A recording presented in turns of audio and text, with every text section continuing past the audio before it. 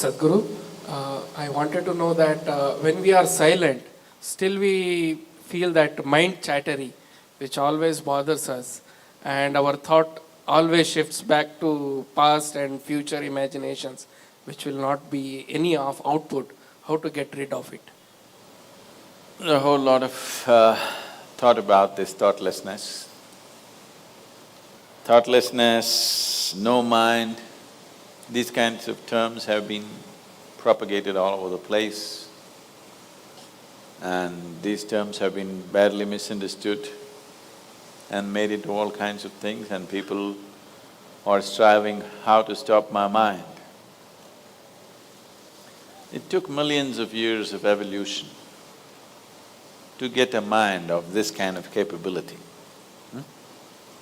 isn't it?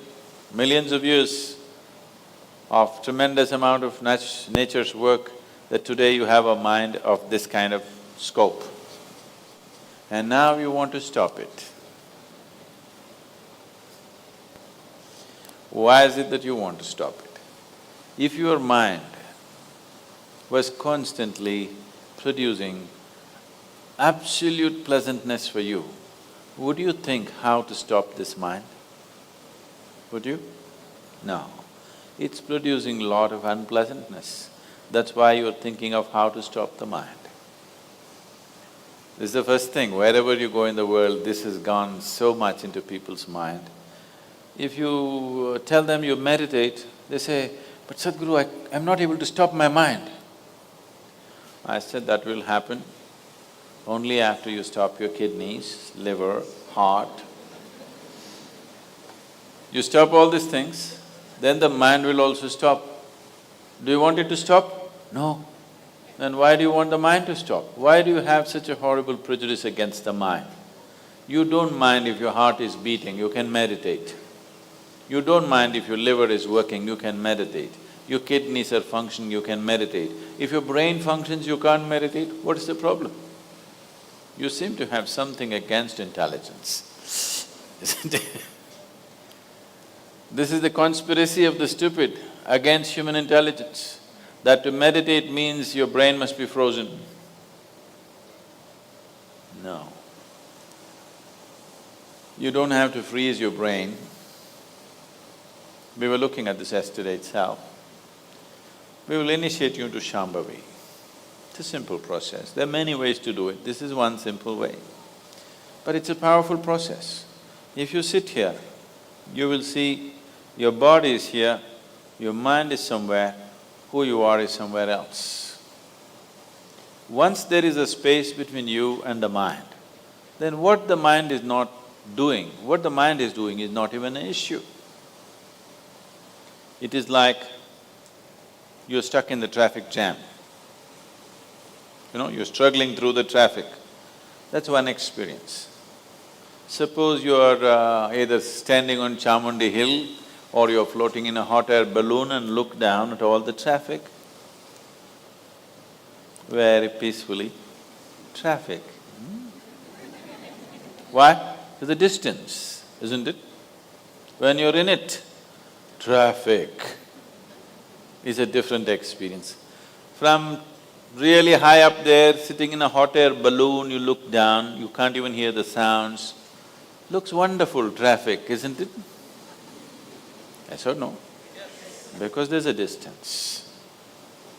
So once there's a distance between you and your mind's activity, mind is not a problem. Mind is a miracle, it is not a problem. And anyway, if thoughts are going continuously, if you're having a mental diarrhea, obviously you ate some bad food, isn't it? Yes. If you're having a physical diarrhea, you ate some bad food, isn't it? If you're having a mental diarrhea, you are obviously consumed something wrong. What this wrong thing could be is, the moment you identify yourself with something that you're not, then you're finished. Your mind is a continuous runs. There is no other way.